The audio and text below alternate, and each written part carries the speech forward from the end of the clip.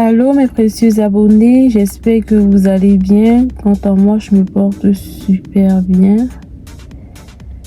Le contenu de la vidéo que je vais faire aujourd'hui ne va pas plaire à beaucoup de personnes parce que je m'apprête en quelque sorte à dévoiler certains secrets que seules les personnes qui ont l'habitude de faire des procédures d'immigration le savent. Donc, je vous prie, pour ceux qui ne sont pas déjà abonnés, de vous abonner s'il vous plaît, parce que ça encourage à créer davantage de contenu. Surtout quand vous écoutez les conseils de quelqu'un, likez, non seulement pour apprécier ce que la personne fait, mais également pour que la vidéo puisse être recommandée, qu'elle puisse être vue par plusieurs personnes. Également, n'hésitez pas à me laisser vos commentaires parce que je réponds à tous les commentaires dans ma vidéo. Ceux qui sont déjà abonnés à ma page le savent. N'hésitez pas également à partager à tous ceux qui sont autour de toi, même si toi tu n'as pas forcément besoin pour le moment. Tu as sûrement une soeur, un frère, un voisin qui te parle tous les jours de ses envies d'immigrer au Canada. Donc partagez massivement la vidéo parce que ça va aider le plus grand nombre de personnes. Donc aujourd'hui, qu'est-ce qu'on va voir?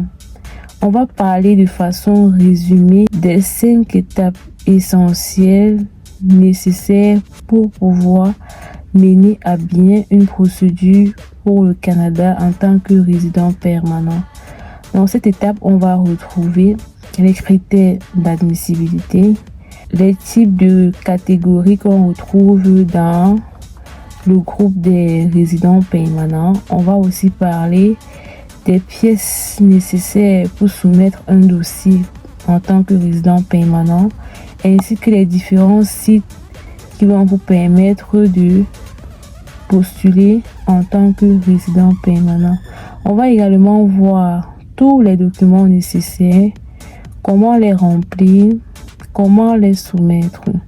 Alors, je ne vais pas être longue dans cette présentation. Restez concentrés, prenez des notes. On y va. Première étape consiste à vérifier vos critères d'admissibilité. Quand on parle de visa en tant que résident permanent, déjà, ça veut dire que vous obtenez un visa pour vivre et résider au Canada de façon permanente. Et pour cela, vous pouvez y avoir accès de plusieurs façons. Premièrement, vous avez les visas en tant que travailleur qualifié. Deuxièmement, vous avez les visas en tant que travailleur de métier spécialisé. Et enfin, vous pouvez avoir le visa comme candidat de province. La deuxième étape, vu que vous savez déjà quels sont les différents groupes qu'on retrouve dans la catégorie de résidents permanents, vous devez vous décider et choisir la catégorie qui répond le plus à vos critères et à votre personnalité, parce que toutes les catégories ne peuvent pas correspondre à tout un chacun. Donc, rassurez-vous déjà que vous pouvez répondre aux critères d'admissibilité de chacune des catégories. Le travailleur qualifié, ça prend un certain type de personnes. Travailleur des métiers spécialisés, ça prend un certain type de candidat. Également, les candidats de province, ça prend un type de personnes. Maintenant, je vais vous expliquer. Quand on dit travailleur qualifié, c'est genre vous avez une profession dans votre pays d'origine et la profession fait partie également des professions qui sont les plus recherchées au Canada, parce qu'il ne suffit pas d'être travailleur qualifié. Vous pouvez être travailleur qualifié, vous avez une profession quelconque dans votre pays, mais pour faire la procédure du travailleur qualifié pour venir au Canada, parfois votre profession ne correspond pas aux priorités de l'immigration en termes de tirage. Donc déjà, on va en parler dans une prochaine vidéo. Il y a des professions qui sont plus en vue dans le terme de la catégorie des travailleurs qualifiés par rapport à d'autres. Donc c'est déjà ça qu'il faut savoir. Ça fait partie des éléments qui vont vous permettre de savoir dans quelle catégorie de résident permanent je me trouve. Donc, les métiers spécialisés aussi, comme son nom le dit, ça prend en compte certains types de métiers, certains types de spécialisation que si vous n'avez pas, vous ne pouvez pas être éligible à cette catégorie. Mais dans la catégorie des candidats de province, comme son nom l'indique, c'est une catégorie qui vous permet, qui vous donne un large choix. Parce que candidats des provinces au Canada, il y en a 10. Donc, vous pouvez soumettre le dossier et vous avez la chance d'être tiré par une ou plusieurs provinces. Ça va dépendre de vos documents et de la province qui sera attirée par votre dossier. Contrairement à la procédure des travailleurs qualifiés où vous êtes limité à la province du Québec, la procédure en tant que candidat des provinces vous permet d'être coopté par une ou plusieurs autres provinces. Donc voilà ce qui en est des spécifications par rapport aux 3 catégories qu'on rencontre dans le cadre du visa du résident permanent pour le Canada. La 3e étape va consister à préparer votre demande. Pour préparer votre demande, ça prend en compte de rassembler tous les documents qui seront nécessaires dans la soumission de votre dossier. Par exemple, dans le cadre du visa du résident permanent pour les travailleurs qualifiés, généralement, vous aurez besoin de vos documents professionnels, attestation de travail, relevé bancaire, ça c'est pour l'étape finale. Vous avez également besoin d'argent pour payer tous vos frais d'immigration, que ce soit les frais de certificat de sélection du Québec, les frais de résident permanent. Donc, vous avez également besoin d'argent pour soumettre votre dossier. En plus de ça, avant même d'arriver au niveau de l'argent, vous aurez besoin de faire des tests de langue. Généralement, beaucoup de personnes qui sont francophones se limitent aux tests de français. Il y en a plusieurs. Il y a le TCF, il y a le TEF, le TEFAC, le DAF, bref. Ceux qui sont intéressés par la procédure ont sûrement fait des recherches sur les tests de français qu'on demande.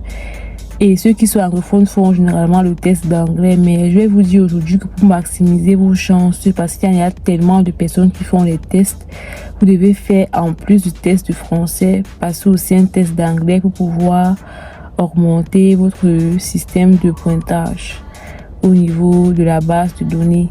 Tant pour les travailleurs des métiers spécialisés, vous devez avoir vos diplômes, vous devez aussi avoir le test de langue et les moyens financiers pour pouvoir payer vos frais d'immigration.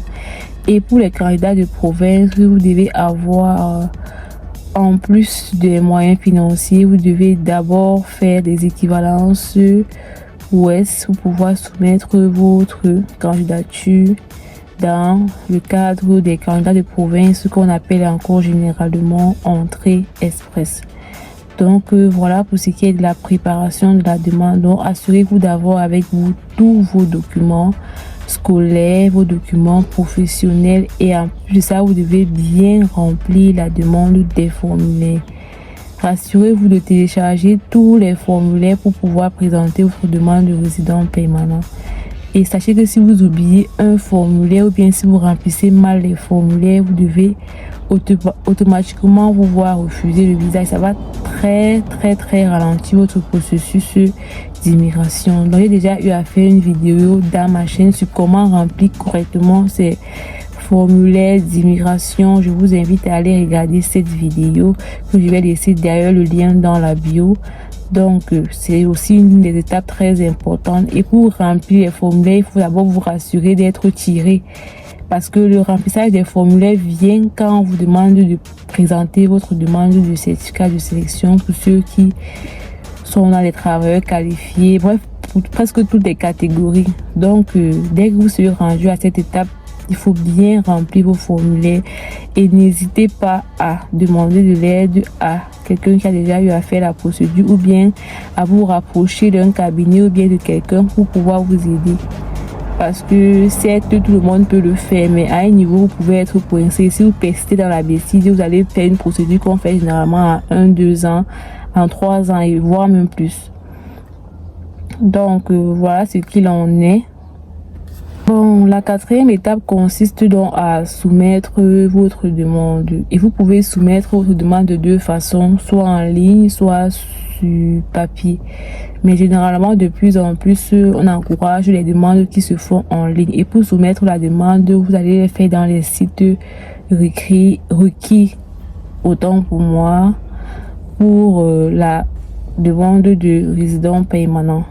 Donc, vous entrez vos données dans Arrima et vous choisissez la catégorie qui vous concerne. Et vous avez juste à suivre les procédures jusqu'à la soumission totale de votre candidature. Et je répète, à ce niveau, il faut toujours remplir les informations de façon exacte.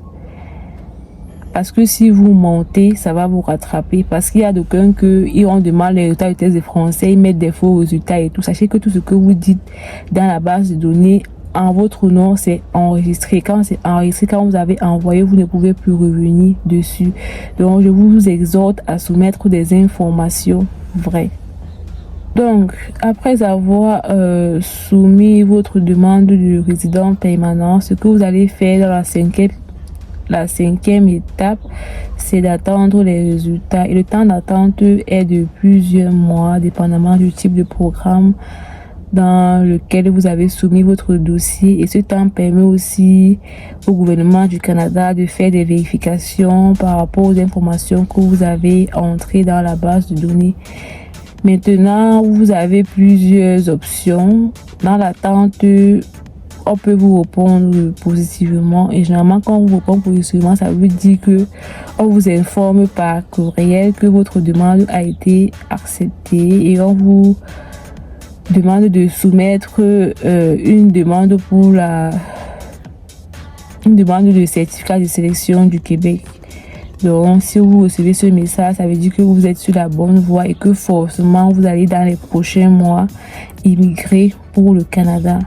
Et la prochaine étape sera seulement après ça, passer un examen médical. J'ai déjà fait une vidéo sur comment se déroule l'examen médical. Et ensuite, vous devez présenter votre dossier de résident permanent qui est un dossier très très lourd.